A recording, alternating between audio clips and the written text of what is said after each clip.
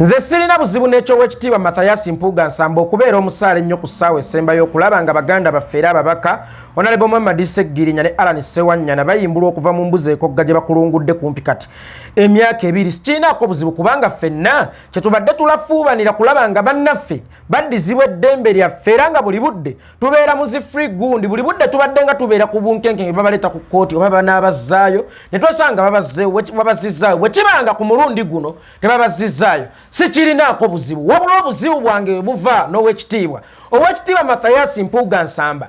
Tulina abasibe b'enkyukakyuka bameka, tulina abasibe ba Nuupu bameka mu mbuzi ekogga nga tojambalangako ganduulanga gwe Mr. Bimala nti lw'ojambadde buli kimu kiggwa n'omusango ogwalemedde ogwalema balooya abakugu nti gwe lw'ogutuddemu guggwa. Lwaki toyambalangako ganduula y'emu ku baana ab'enkyukakyuka oba ba National Unity Platform abaasibwa ate nga baasibwa lwakubeera gwe nkiddamu Honorable Mpuuga ow'ekitiibwa ennyo mutiibwa.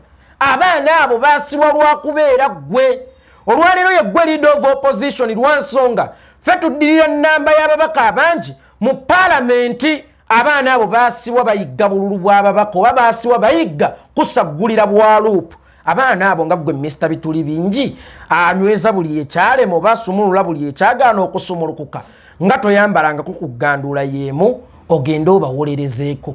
Ze ebiseera ebisinga saagala nnyo kwolekeza lulimi lulinga lukkakkanya oba olulinga oluvoola abakulembeze baffe naye kambabuulye mubaamu nammwe bye mukola naffe ne tubatunulya ne tubakeneka kubanga watujjiddeyo eppeesa lyo nti osobola okuzannya chess ku ssaawa esembayo n'owangula ebyalemedda abalala okuwangula. Sewo munnange eppeesa lyo nga terinnayolekerako kuba amacete basaanya babobiyanga bahayitawa nga terinnayolekerako. Basajja mmwe bakama baffe nammwe mwetereezeemu. Naffe oluusi tugezaako okubabikkirira ne naffe oluusi ng'abantu tutuuka ne tulemererwa.